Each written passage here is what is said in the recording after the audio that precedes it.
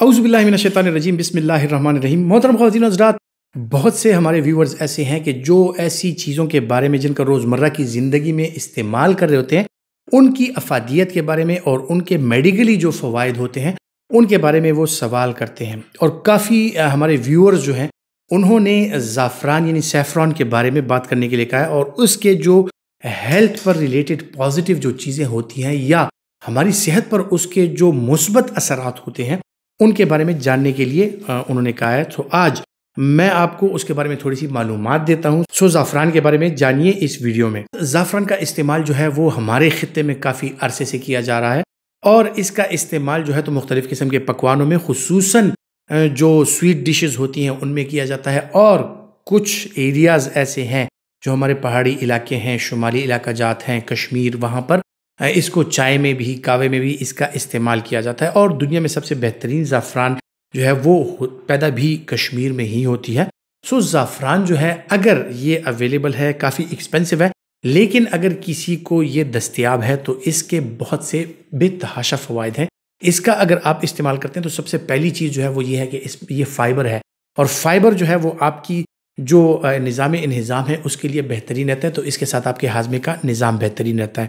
फिर जनाब बात आ जाती है कि इसके जो कंटेंट्स हैं वो आपके कॉग्निटिव बिहेवियर यानी आपकी असाबी सेहत के लिए बेहतरीन रहते हैं। सो जिन लोगों को ये प्रॉब्लम्स होती हैं कि वो समझते हैं कि उनकी यादाश्त कमज़ोर हो रही है या मुख्तलिफ़ किस्म की दवाइयों के साथ या बीमारियों के साथ उनमें जहनी और असाबी कमज़ोरियाँ आ रही हैं, वो अगर ज़ाफ़रान का इस्तेमाल करेंगे तो उनको काफ़ी ज़्यादा फ़वाइद हासिल होते हैं।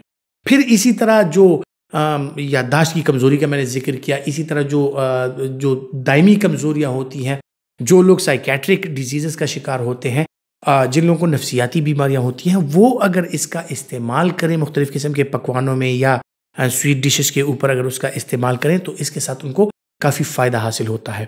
फिर जनाब उन लोगों की तरफ आते हैं कि जिनको दायमी बीमारियां होती हैं या इन्फ्लेमेटरी डिजीज़ होती हैं। सो इसमें एंटी इन्फ्लेमेटरी एक्टिविटी पाई जाती है, यानी जिन लोगों को रूमेटाइड आर्थराइटिस या ऑस्टियोआर्थराइटिस, जोड़ों की बीमारियां हैं, इस तरह की दायमी बीमारियां हैं, तो वो अगर ज़ाफ़रान का इस्तेमाल करते हैं तो उसमें जो इसकी प्रॉपर्टीज़ हैं, एंटी इन्फ्लेमेटरी प्रॉपर्टीज़, उसके साथ उनमें बेहतरी आती है। गले के मसाइल का जो शिकार है, एलर्जीज़ का जो शिकार है, दमे की बीमारी, सीने की एलर्जी जिनको होती है, तो इसका अगर चाय वगैरह में वो इस्तेमाल करते हैं तो उनमें जो है इसकी एंटी इन्फ्लेमेटरी एक्टिविटी काम आती है और उनके जो निज़ाम तनफ़ुस है, जो सांस लेने का एक अमल है, तो वो उनको उसमें जो तंगी महसूस होती है वो कम हो जाती है। और जो लोग ज़ाफ़रान का इस्तेमाल करते हैं, इसकी एंटीऑक्सीडेंट एक्टिविटीज़ की वजह से आप ज़्यादा अरसे तक आपकी स्किन, आपकी बीनाई और आपके बाल वगैरह वो ज़्यादा अरसे तक वो बेहतर रहते हैं। सो इसके जो फ़वाइद हैं वो मुख्तलिफ हैं, लेकिन बड़ी बड़ी जो इसकी क्वालिटीज़ हैं, एंटी इन्फ्लेमेटरी क्वालिटीज़ हैं, इसमें एंटी ऑक्सीडेंट प्रॉपर्टीज़ पाई जाती हैं। जो स्ट्रेस लेवल को कम करना है अगर आपने, तो ज़ाफ़रान का इस्तेमाल करें, आपके लिए बहुत बेहतर है। महंगा होने की वजह से बहुत से लोगों को इस तक रसाई हासिल नहीं है, लेकिन जो लोग इसका इस्तेमाल कर सकते हैं और जो लोग अफोर्ड कर सकते हैं, सो वो अगर अपने खानों में, मशरूबात वगैरह में इसका इस्तेमाल करें तो उनके लिए यकीनन फ़वाइद इसके बेशुमार हैं।